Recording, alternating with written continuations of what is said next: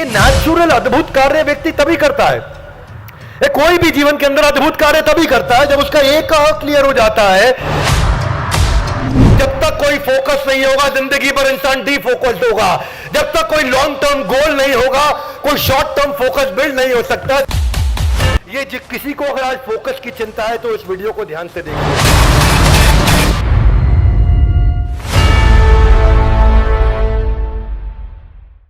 हरे कृष्णा।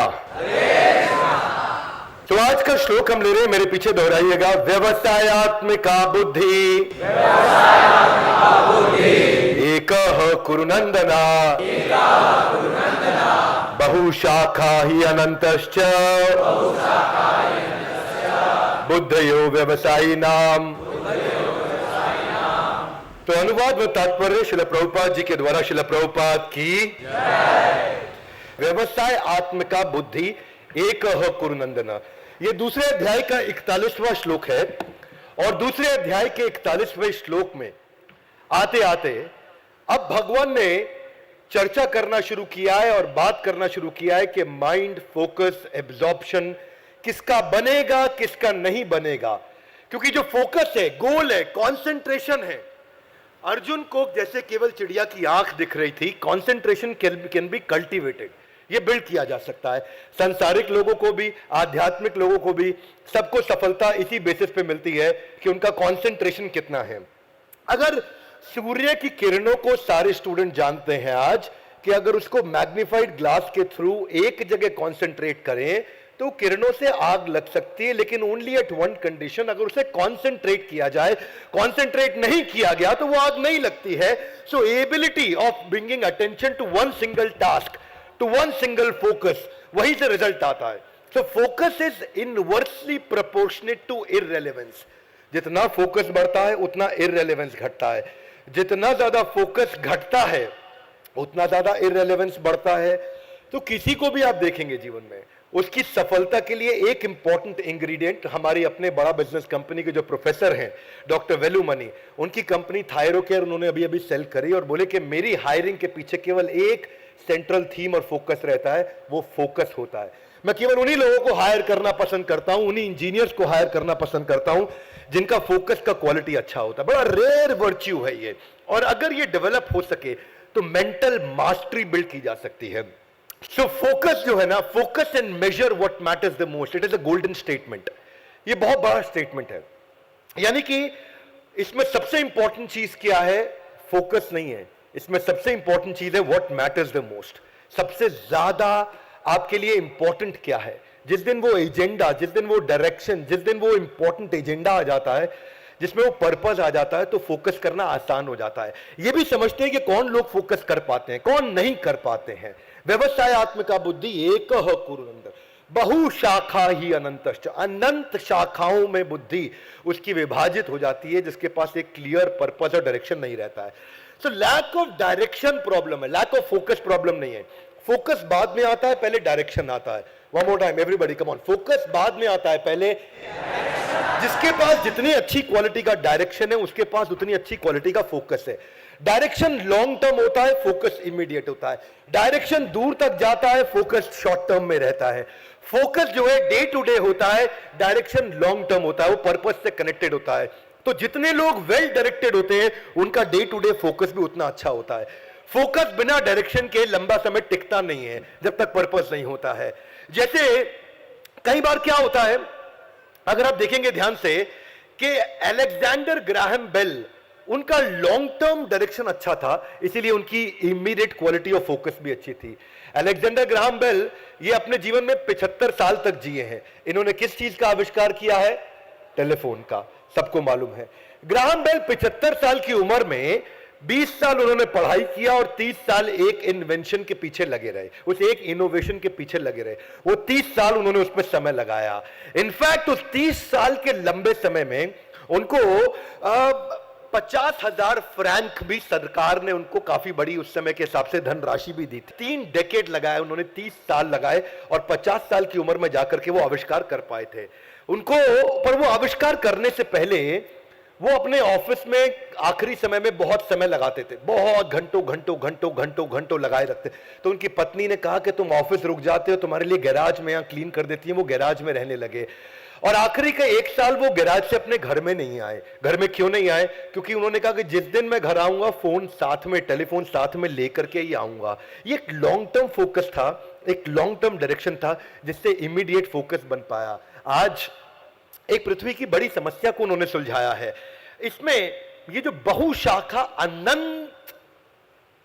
अनंत direction में जाती है, वो आउटकम है of not having focus. If you have too many focus, it simply means you have no focus. देखिए, single choice किसी आदमी के पास होना, वो 99% हमेशा ज्यादा इफेक्टिव रहता है।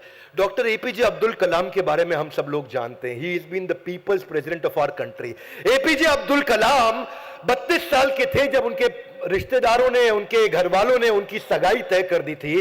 पर उस समय वो रॉकेट के उस आविष्कार के पीछे लगे थे जिसके चक्कर में वो काफी ज्यादा डीपली एब्जॉर्ब थे और अपनी एंगेजमेंट में जाना भूल गए थे। और बेचारे उनकी शादी भी नहीं हुई इस चक्कर में। उनसे बाद में किसी ने पूछा, आपने शादी नहीं क्यों नहीं करी? बोले, मैं भूल गया शादी करना, मुझे याद ही नहीं रहा शादी करना, है ना। क्यों नहीं याद रहा?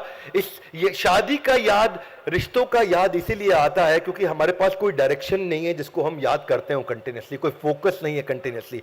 वेदर मटीरियल लाइफ और स्पिरिचुअल लाइफ, आध्यात्मिक जीवन, भौतिक जीवन, सांसारिक जीवन, पढ़ाई का स्टूडेंट लाइफ, ये कौन बिल्ड कर पाता है, इसको समझिए आप।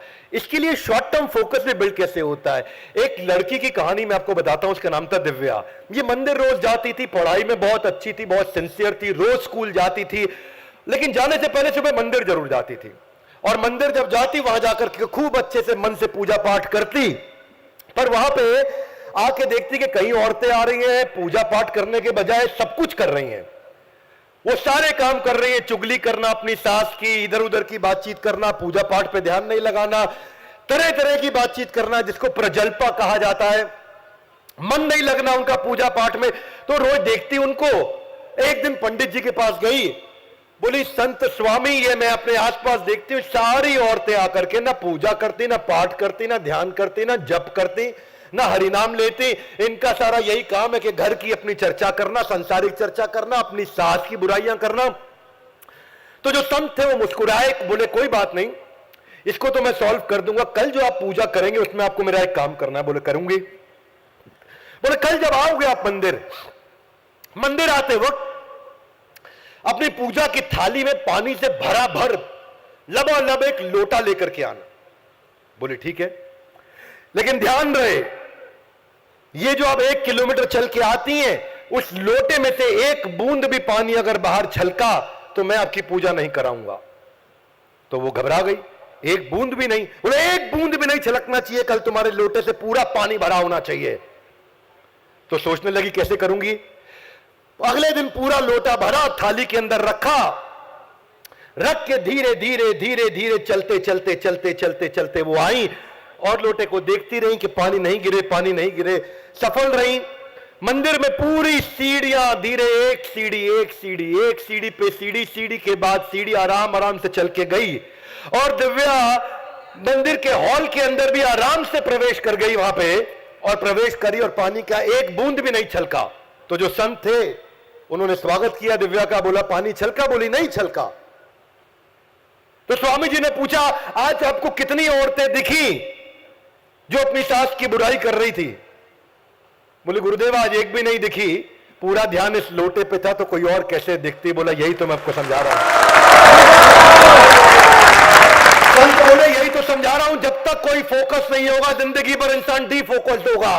स्वामी विवेकानंद इतने पॉपुलर रहे हैं भारतवर्ष के अंदर कि लोग उनको बहुत मानते हैं आज भी, और हम भी उनका सम्मान करते हैं सबके सब, स्वामी विवेकानंद का। स्वामी विवेकानंद पेड़ के नीचे बैठ के जब पढ़ रहे थे तो वहां से शादी की बारात निकली, खूब बैंड बाजा बजा, आज मेरे यार की शादी है। और पीछे से बाद में एक आदमी अकेला आया, बोला, स्वामी जी, आपने यहां से बारात निकलते हुए देखी? बोला, नहीं देखी, मुझे पता ही नहीं चला। और स्वामी जी जिनके सामने पूरी बारात निकल गई, उनको पता नहीं लगा, वो पेड़ के नीचे बैठ के पढ़ते रहे। ये फोकस तभी आता है जिस समय एक दफा 3 दिन के बाद जब स्वामी जी का कमरा खटखटाया तो बेहोश मिले, तो बाद में पता चला कि वो 3 दिन इतना पढ़ते रहे कि वो खाना खाना भूल गए, जिसके कारण वो बेहोश हो गए थे। Swami Vivekananda was deeply known for his absorption इतना ही नहीं, आइंस्टाइन भी एक बार अपने ये नेचर होता है, ये प्राकृतिक होता है, आहार निद्रा भय मैथुन, इसकी आवश्यकता खत्म तब होती है जब एक लॉन्ग टर्म एब्जॉर्प्शन होता है। आहार निद्रा भय मैथुन, खाना पीना, आनंद लेना, जीवन में मजा करना, ये नेचुरल इच्छा उसी की आती है। उसी बच्चे को जब उसका एग्जाम चल रहा हो तो उसके बाद उस समय उसको मैस्टरबेशन, हस्त मैथुन का ख्याल नहीं आता। ये ख्याल तभी आता है जब वो जिंदगी में कमरे में अकेला होता है और उसके पास कोई गोल नहीं होता। जितने भटके हुए लोग हैं, व्यवस्था आत्मिका बुद्धि एक, give me your right hand out everybody, come on, एक। 3 times louder than this. This was good, but 3 times louder than this. Come on, एक। जब तक ये एक बिल्ड नहीं होगा तब तक बहुशाखा ही अनंतश्च। अपना आइडेंटिफाई करो, एक। Give me your right hand out, body stretch करो, कम ऑन, एक। आज यहां से निर्णय लेके जाना है, मेरा एक क्या है। ये हॉल में बैठे हैं, इधर मजा लेने आए थे क्या? Yes no. इधर अपन एक डिसाइड करने आए, मेरी जिंदगी का एक क्या है। What is your, you can achieve anything in life, but you cannot achieve everything in life. One more time, come on. You can achieve anything in life, but you cannot achieve everything in life. क्योंकि आपको क्या चाहिएगा? Louder, come on. वही central message इस श्लोक का है, एक। जितनी भारी मात्रा में आपका एक मजबूत होगा, उतना अनंतश्च, अनंत दृष्टि को, अनंत दिशाओं में जो भटकाव है उससे बाहर निकल सकते हैं। आइंस्टाइन एक बार डिनर पे अपने दोस्तों को बुलाए और बढ़िया खूब खाना बनाया। सारे दोस्त बैठे आइंस्टाइन के साथ टेबल पे। आइंस्टाइन खाना खाने लगे और खाना खाते खाते खाते खाते खाते खाते खाते खाते सारे उनकी तरफ देख रहे थे और आइंस्टाइन खाना खा रहे थे। सबको समझ में नहीं आया हुआ क्या। आइंस्टाइन पूरा खाना अकेले ही खा गए, पूरा का पूरा टेबल खा गए आइंस्टाइन अकेले बैठे बैठे। और अचानक जब उनके पेट में बहुत दर्द हुआ, पेट पे हाथ रखा, इधर उधर देखा तो सब उन्हें ध्यान से देख रहे। बोले आइंस्टाइन तुमने ये क्या किया, हम में से किसी के लिए कुछ छोड़ा नहीं, सारा खाना तो तुम खा गए। तो आइंस्टाइन इधर उधर देखे, बोले मुझे समझ नहीं आया, मैं गैलीलियोस प्रिंसिपल ऑफ इनर्शिया के बारे में सोच रहा था और खाना खाता चला गया। इसको बोलते हैं एक। इसके नुकसान भी है। हाथ आगे लाए, कम ऑन, एक। खैर आइंस्टाइन के केस में उसको फायदा हुआ क्योंकि उसको अल्सर की बीमारी हो गई और बाद में उसको इसके कारण जॉन्डिस भी हो गया। डॉक्टर ने बुलाया और उसको बोला तुम 6 महीने तक नॉनवेज नहीं खा सकते। और वो 6 महीने के चक्कर में जिंदगी भर के लिए आइंस्टाइन लाइफ टाइम वेजिटेरियन हो गए थे उसके बाद। ये तक जब तक ये लोग ना थोड़े अलग होते हैं, इनका नेचर बिहेवियर अलग होता है। ये इलॉन मस्क जब ट्रैफिक जैम में फंस जाते हैं तो सोचते हैं कि मैं ट्रैफिक जैम की प्रॉब्लम कैसे सॉल्व करूं। गाना नहीं सुनते बैठ करके, रील्स नहीं देख रहे मोबाइल में इलॉन मस्क, वो कह रहे मैं टनल्स कैसे बनाऊं कि कोई ट्रैफिक जैम में फंसे नहीं। 47 साल की उम्र में इलॉन मस्क ने $1 मिलियन पार्टी रखी थी अपने 47वें जन्मदिन के लिए। और उस दिन क्या हुआ, उनके जो रोबोटिक्स में ऑटोमेशन था उसमें कुछ मैल फंक्शन आ गया जिसपे वो काम करते रहे पूरी दुनिया। उन्होंने $5 मिलियन 40 करोड़ रुपए खर्च किए थे बर्थडे पार्टी पे बुलाने के लिए। पूरी दुनिया वहां वेट करती रही और ये बेचारे 24 घंटे के बाद इनको याद आया कि आज मेरा जन्मदिन था और ये वहीं कमरे के अंदर काम करते रहे। ये लोग अद्भुत काम करते हैं जिसके पास कुछ लॉन्ग टर्म फोकस होता है। इलॉन मस्क का मानना है कि अगर आपके पास एक फोकस हो और आप उसके पीछे चिपक जाते हो और जब तक वो काम नहीं खत्म हो जाता तब तक चिपक जाते हो तो आपके कंपटीशन में आपके मुकाबले कोई बचता ही नहीं, क्योंकि ये एक क्वालिटी लोगों के पास दुनिया में अवेलेबल नहीं है। बचपन में भी इलॉन मस्क इतना एब्जॉर्ब थे कि उनके माता पिता जब उनसे बात करें वो जवाब नहीं देते तो लोग सोचते कि लगता है सुन नहीं पाता। डॉक्टर ने बताया नहीं, ये सुनता है, सब सुनता है, पर ये समझता कुछ ज्यादा और उस समझ में डीप उतरता चला जाता है। अब ब्रूसली, आप ब्रूसली के बारे में नाम सुना है? कम ऑन, हरि बोल। ये सांसारिक उदाहरण है। इस ब्रूसली की एक स्ट्रेंथ थी 1 इंच पंच। 1 इंच पंच, इतनी 1 इंच के डिस्टेंस पे ब्रूसली 190 किलोमीटर प्रति घंटे की स्पीड से पंच करते थे। ये 1 इंच पंच, ये 190 मैं नहीं कर सकता, पर ब्रूसली पूरा जीवन इतना फोकस किया इस पे, इतना जब मूवी में भी बैठते थे ना तो डायरेक्टर को बेचारे को बार बार रीटेक लेना पड़ता था क्योंकि कैमरा उस स्पीड को कैच ही नहीं कर पाता था, कैमरा ही नहीं कैच कर पाता। ब्रूसली बोले कि don't concentrate on too many things, one thing which has given me success is focus। हाथ आगे लाई, कम ऑन। इतने सारे लोग, कम ऑन लाउडर। आज अपना एक और डिसाइड करके जाना है आपको, कुछ नहीं चाहिए मेरे को यहां पे आपसे।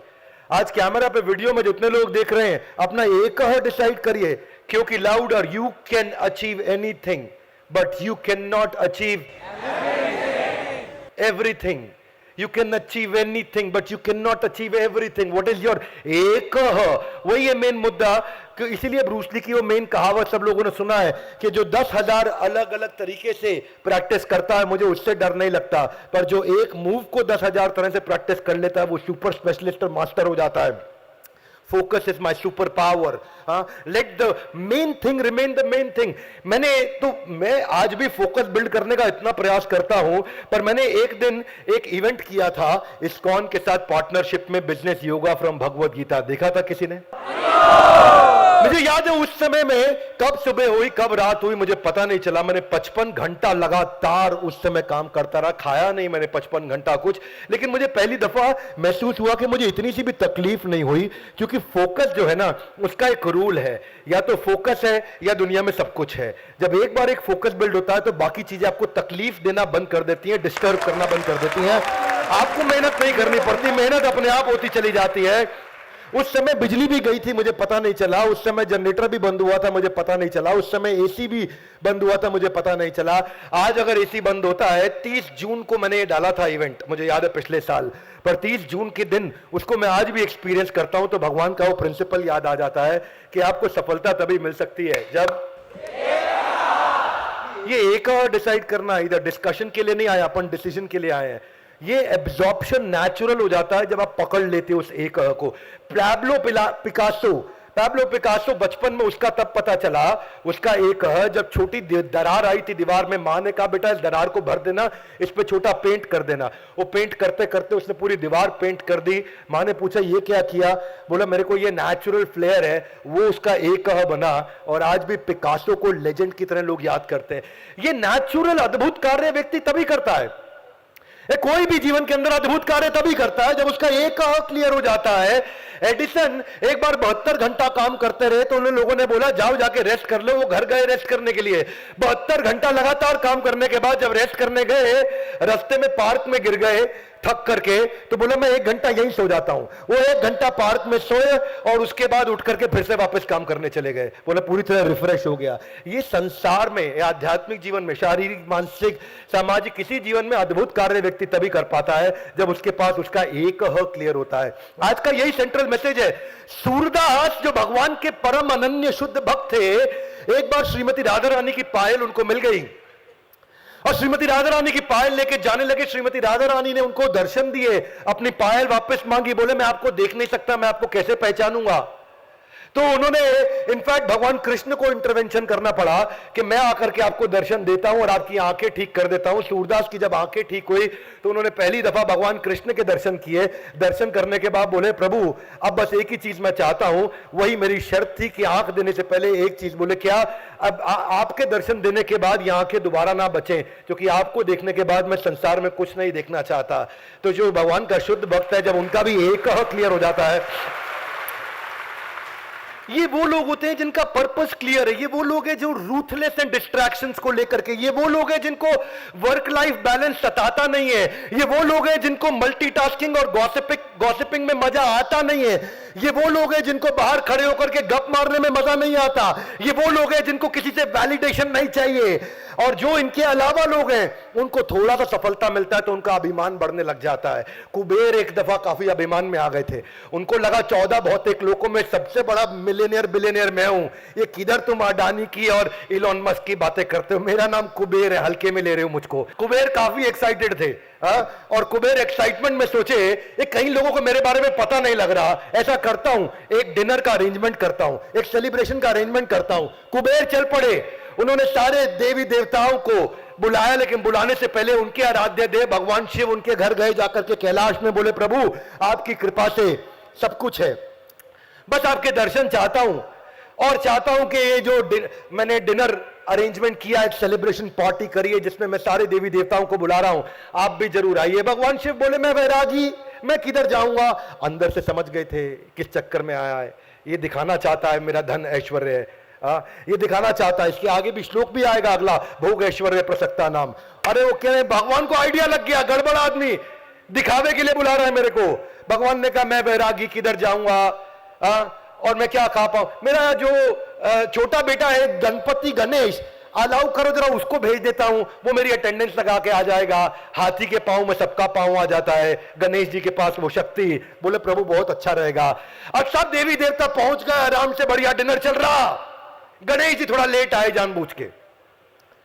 गणेश जी जैसे ही एंट्री मारते ही बोले बहुत भूख लगी है, भोजन लेकर के आओ। उन्होंने कहा ठीक है, आइए आइए, स्वागत है आपका।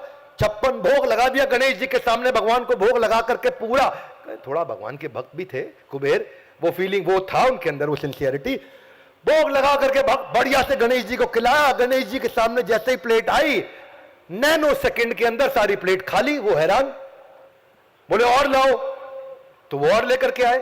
वो गणेश जी अगले सेकंड सब खाली, और लाओ, भूख लगी है बहुत। तो कुबेर धनी थे, उनको भी टेंशन नहीं, लाते जाओ लाते जाओ लाते जाओ, और गणेश जी निपटा गए सब कुछ। गणेश जी सब कुछ निपटा गए, कुबेर हैरान होने लगे। गणेश जी बोले टेंशन मत लो, मैं किचन में जा रहा हूं। किचन में चले गए, वहां कट्टे पड़े चावल के, दाल के, इतना बड़ा जहां कार्यक्रम सत्संग का हो रहा है, पीछे भी किचन में दाल चावल सब होगा, बलभद्र प्रभु ने अरेंजमेंट किया होगा। तो उधर जब गए वहां पे, तो उन्होंने सारा कच्चा सामग्री भी खा लिया, आटे के कट्टे, चावल, दाल, सब कुछ खत्म कर दिया। गणेश सब कुछ खत्म हो गया। तो वो जो सोने की थालियां थी, चांदी की थाली थी, बर्तन थी, गणेश जी वो भी खा गए। और अभी देखने लगे, कुबेर हैरान हो गए, और फिर कुबेर जी को बोले कि भाई मेरे लिए भोजन लाओ, तुम तो कह रहे थे तुम धनी हो, अगर तुम्हारे पास पैसा नहीं, सामर्थ्य नहीं, तो मुझे भोजन पे आमंत्रित क्यों किया। और वहां जाकर के उनको समझ आया कि मुझसे गलती हो गई, भगवान मैं क्षमा चाहता हूं, मेरा ईगो बढ़ गया था, मुझसे गड़बड़ हो गई, समझ में आ गया मुझको। तो ये जो बहुशाखा बुद्धि है, ये इसीलिए आती है क्योंकि एक नहीं है। ये किसी को अगर आज फोकस की चिंता है तो इस वीडियो को ध्यान से देखिए। किसी को आज फोकस की समस्या है तो समझिए, हाथ आगे लाइए, हाथ आगे लाइए। ऐसा जिंदगी इतनी जगह में तभी भटकती है, इतनी अलग अलग 10 दिशाओं में तभी भटकती है, क्योंकि क्या मिसिंग है। One more time, everybody loud, come on, stretch your body, sit up straight, stretch your body louder, come on। ये जब तक एक नहीं होगा तब तक बहुशाखा होगा। Andrew Carnegie, US steel company के मालिक, एक समय दुनिया में सबसे अमीर आदमी थे। 1910, 15, 20 की बात कर रहा हूं, आज से लगभग 100 साल पहले। एंड्रयू कार्नेगी बहुत कम समय के अंदर बहुत अमीर बने थे। आपने नाम सुना होगा, डेल कार्नेगी नहीं बोल रहा हूं, एंड्रयू कार्नेगी बोल रहा हूं। और एंड्रयू कार्नेगी इतना अमीर हो गए कि अमेरिकन को शक होने लगा है कुछ गड़बड़ करता है। तो यूएस सेनेट ने एक कमेटी बिठाई, सेनेटर्स ने एक कमेटी बिठाई, बोला एंड्रयू कार्नेगी के ऊपर हम ऑडिट डालेंगे, इतना अमीर कैसे हुआ। पूरी टीम ने ऑडिट किया, कार्नेगी से बहुत सवाल पूछे गए, जवाब पूछे गए, और तब जाके समझ में आया कि नहीं, ये तो बहुत ईमानदार आदमी है, बहुत बढ़िया व्यापार किया इसने।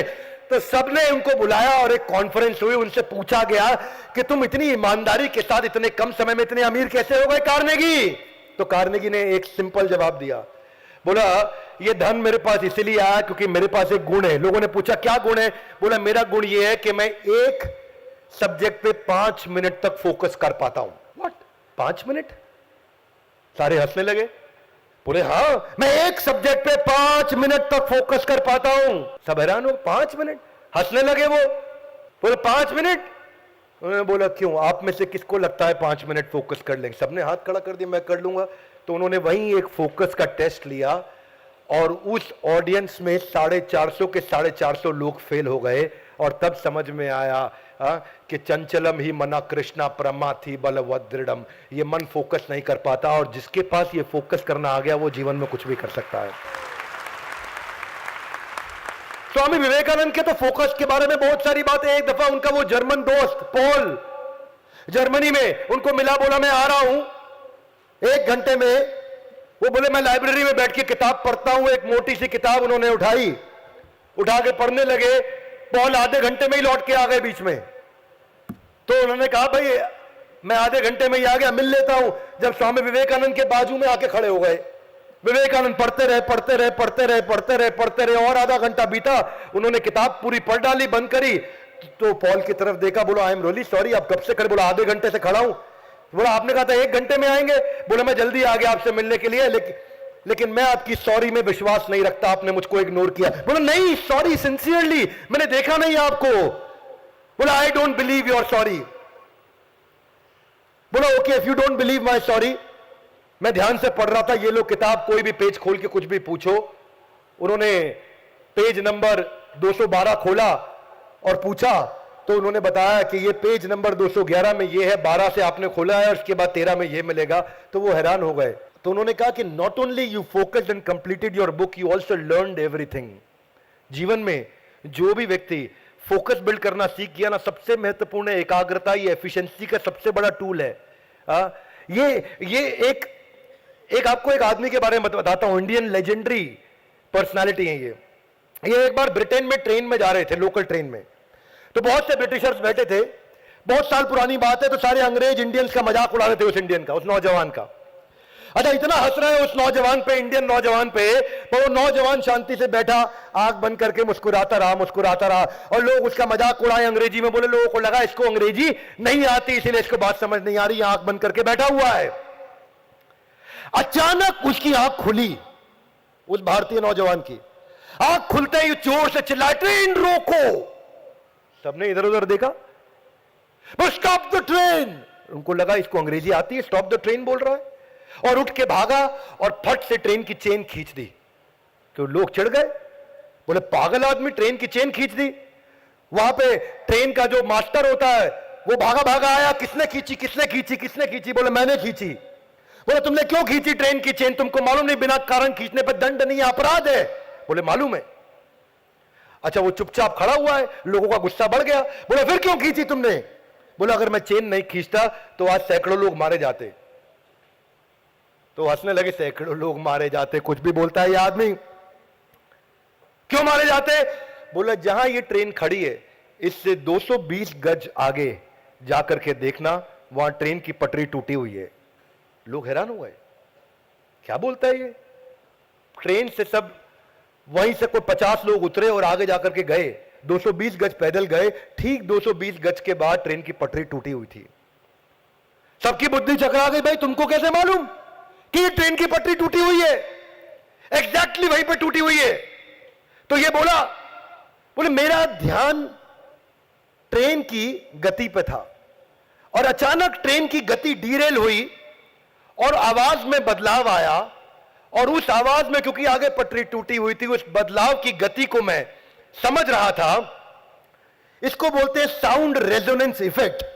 और जिससे मैं ये समझ गया कैलकुलेट करके, ये कुछ लोग अपनी बातों में मस्त थे, पर मैं ट्रेन की आवाज सुन करके पहचान गया sound resonance effect of physics के प्रिंसिपल से कि यहां पटरी टूटी मिलेगी। लोग बहुत हैरान हुए, बोले तुमको साधारण आदमी नहीं लगते, कौन हो तुम? बोले साहब मैं भारत से एक सिविल इंजीनियर हूं और मेरा नाम है मोक्षगुंडम विश्वेश्वरैया। और मोक्षगुंडम विश्वेश्वरैया कौन थे ये? इन्होंने पहली बार भारत के अंदर डैम भी बनाए थे, इन्होंने पहली बार भारत के अंदर, ये भारत रत्न अवार्डी हैं, और इन्होंने flood protection system, block system, dam के सिस्टम सारे देश में डेवलप किए थे। ये सारी असाधारण क्वालिटीज देने के लिए ही भगवत गीता हमारे को भगवान ने हमारे हाथ में दी है। इसलिए मैं बोलता हूं, दुनिया में जो व्यक्ति भगवत गीता पढ़ लेता है उसको उसके बाद कोई किताब पढ़ने की जरूरत नहीं है। और यही है भगवत गीता के आज के श्लोक का principle, Gita in action. Give me your hands out everybody guys, come on, Gita in action. No everybody loud, come on, Gita in action. Gita को जीवन में कैसे उतारें, ये मेरे जीवन का लक्ष्य है कि मैं लोगों को मैसेज दे सकूं, और ज्यादा कुछ नहीं। मेरी सीमित बुद्धि से मैं इस असीमित ग्रंथ को लोगों तक रोज पहुंचाने का प्रयास कर रहा हूं, क्योंकि मेरी लाइफ का एजेंडा है गीता समझा सकूं या ना समझा सकूं, पर आपके दिल के अंदर गीता के प्रति कुछ अटैचमेंट जरूर बिल्ड कर दूंगा। और यह था हमारा दूसरे अध्याय का 41वां श्लोक, जिसका एक ही सेंट्रल मैसेज, एक one more time, come on. इसीलिए सबको याद दिलाता हूं, गीता इन एक्शन सीरीज के सारे वीडियोस उनको देखने चाहिए। हमारे साथ जुड़े रहने के लिए वर्ल्ड के नंबर 1 एंटरप्रेन्योरियल यूट्यूब चैनल को सब्सक्राइब करने और करवाने के लिए, इस एपिसोड को पूरा देखने के लिए आप सबका हृदय की गहराई से प्रेम पूर्वक बहुत बहुत हरे कृष्ण।